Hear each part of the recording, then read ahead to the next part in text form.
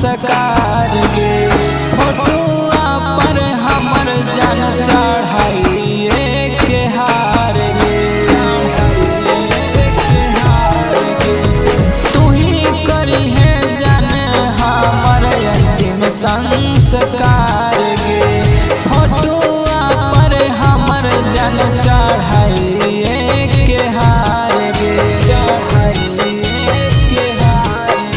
आगे करा हलियो प्यार तोरे से साचा हमर आत्मा जुड़ाई दे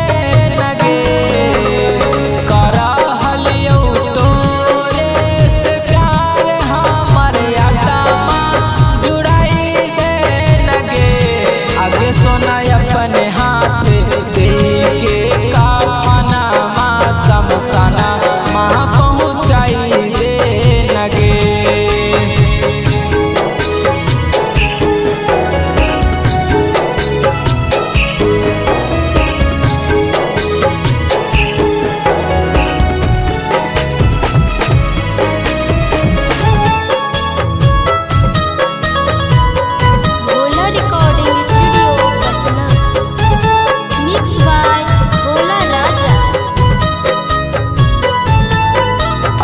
चलल जाइथौ जान हमर दे दे तू ही पनिया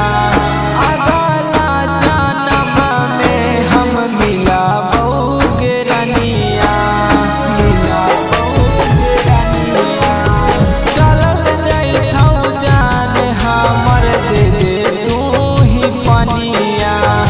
अगला जन्म में हम मिलाबोगे रनिया